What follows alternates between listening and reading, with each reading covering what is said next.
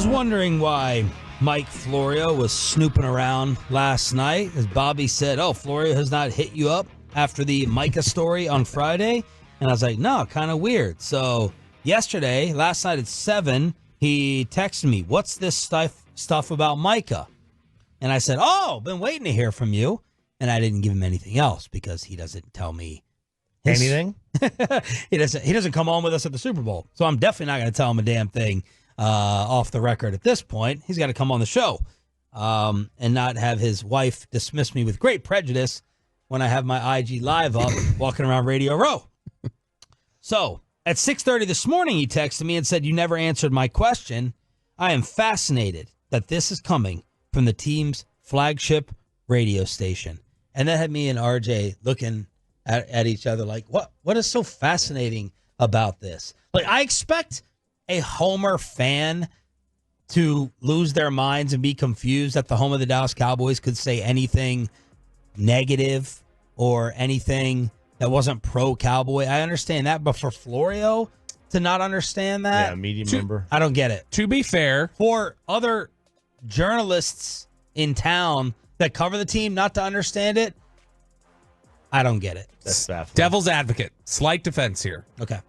And I don't know that this is what it may be exactly what it sounds like, but like maybe he thinks it's just like so is it unusual. possible? Is it possible he just means so unusual? Because the word he used was fascinated, so it wasn't like questioning it as like an ethic or anything like that. He was just like, I'm fascinated. Like, that's intriguing that you would say it given what you guys are doing. So like maybe he means more intriguing. Okay. And so like I don't know what he means by it. It could go either way is all. Yeah. So then it all made sense because Florio, about an hour ago, just dropped his article, ProFootballTalk.com. If Micah Parsons is wearing thin, the Cowboys should just thicken their skin. Here we go. The Cowboys flagship recently dropped a bombshell regarding the relationship between the team and its best defensive player, if not best overall player, Micah Parsons. Shan Shariff of 105.3 The Fan.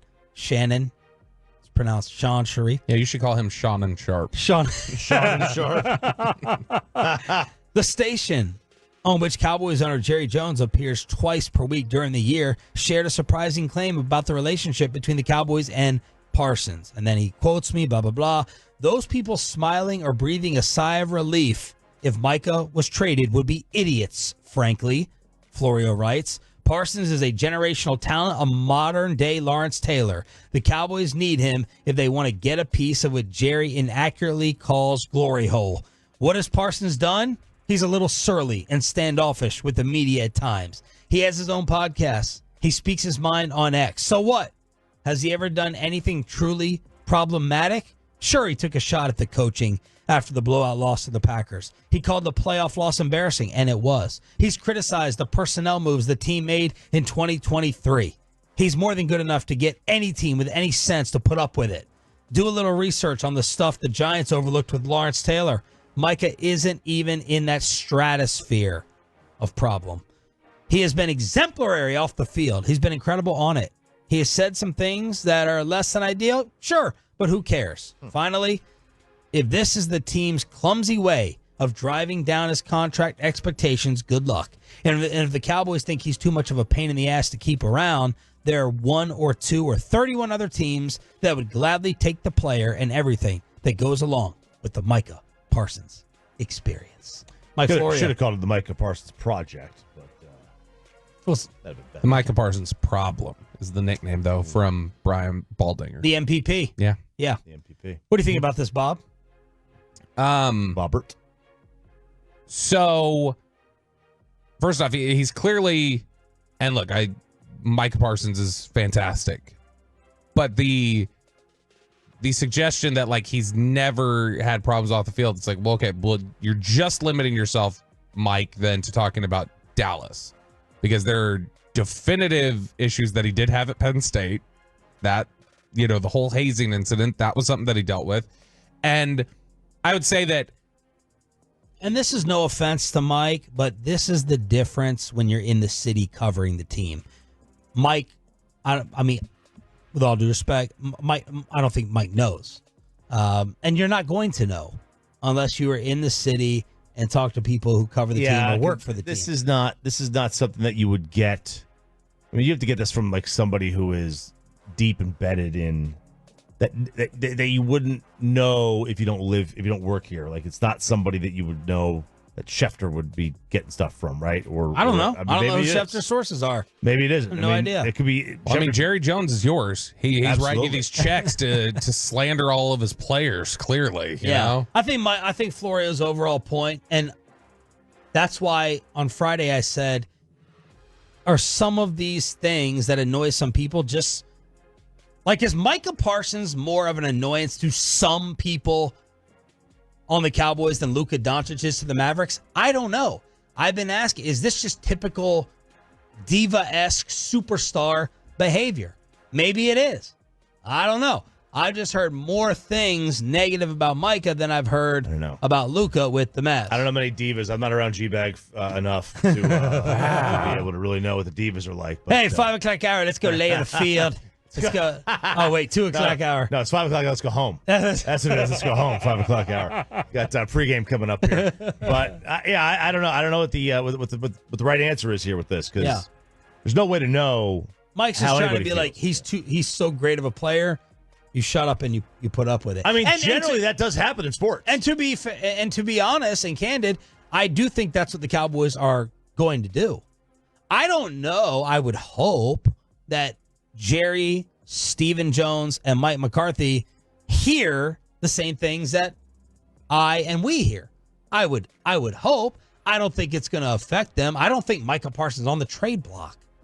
All right, I'm just telling you some of the annoyance that there is behind the scenes that there has been with him. Let's say this.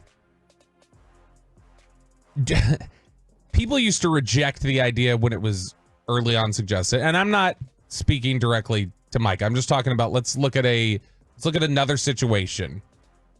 People used to reject pretty outright the idea that Ezekiel Elliott was a little immature the first few years he was here. I'm here to tell you that, and Zeke may be coming back at some point, whatever else. He grew up a great deal. He was a pro, like the in terms of his practice habits and everything else, he was a big time. But here's the reality of it. The first 3 years Ezekiel Elliott was here in Dallas, he was a pain in the ass for them. They were willing to put up with it, and they liked his work ethic and everything else. But he was absolutely a pain. He caused problems for them that they had to deal with, that they didn't love having to deal with. And so that doesn't mean, even if there are people who are maybe a little frustrated with immaturity or whatever else with Micah, that doesn't mean that it's impossible to turn it around. It doesn't mean that that means they're not willing to put in the time and the work to see it through and see the growth through. But I don't think it's just something you can outright reject as an impossibility, that a 24-year-old with a lot of money and fame might be a little difficult at times. That's not unheard of. That's not a difficult leap to make. No, and like, look, would it surprise me that I'm a jackass now. I'm 34 and don't have money. Yeah. you think of how much money you'd have if you actually had a house. And right. Throw money on the toilet. Oh, my gosh. I certainly wouldn't owe $2,000 in taxes because I'd have all those sweet write-offs you guys get. But imagine, look, it's not... The Cowboys will be the first team that are trying to drive costs down.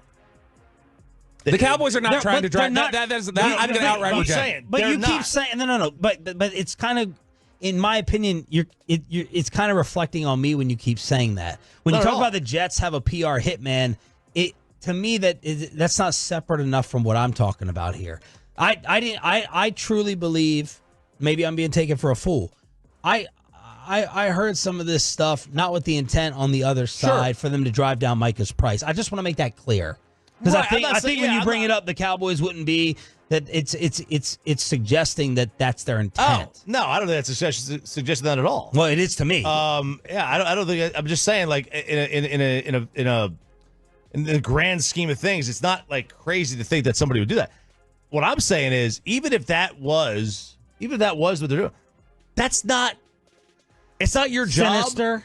What? It's not sinister. It's not, like if they were doing that. It's not sinister. That teams do that, and.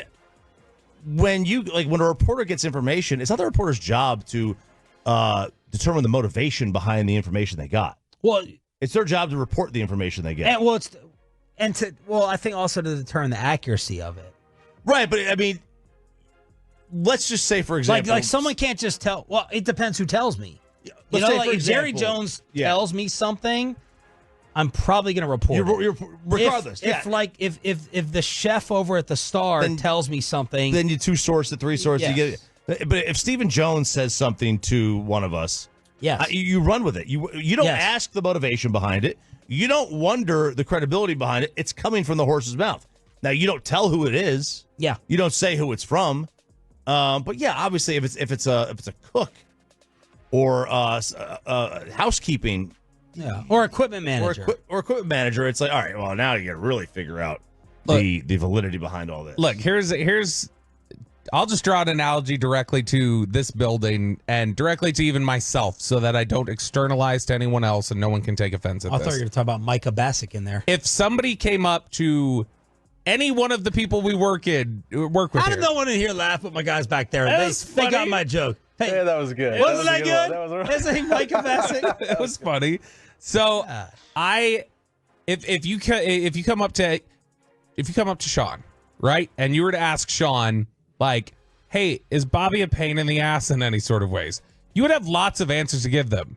Like, and it's not even Many of them starting with yes. Yeah, I know. That's what I'm saying. You would have. Now, look, Sean and I get along. I know the fan text always likes to chirp in and go like, ooh, why do Bobby and Sean hate each other? But we don't hate each other. We get along. But the reality is, I do things that annoy Sean sometimes. I do things that annoy RJ. I do things that annoy Gavin a lot of times. I do things that, yes, Gavin's, I do things that annoy everybody in this building. No doubt about it. There's something that I promise everybody here could have some sort of feedback about how they think I'm a pain in the ass a little bit. But also at the end of the day, I think they'd be like, no, but generally I get along with Bobby, or Generally, like Bobby doesn't do anything. I am generally a pain in the ass, but generally I'm going to look out for everybody. I'm going to, support, and I'm going to be a good teammate and everything else. And so I think that it's not unusual to think that not on you. Yeah, exactly. People in the building. Second Tom Jones of the day. There might be people who would say, yeah, like there's this instance or this area here where he can be a little difficult. Or this, I'm sure they could say that about a lot of people. But I think a Tolo would then come back and say, well, does that mean that the building would be fine with getting rid of you? Because that is what Shariff is suggesting. I think there's a major difference there that is a fair counterpoint.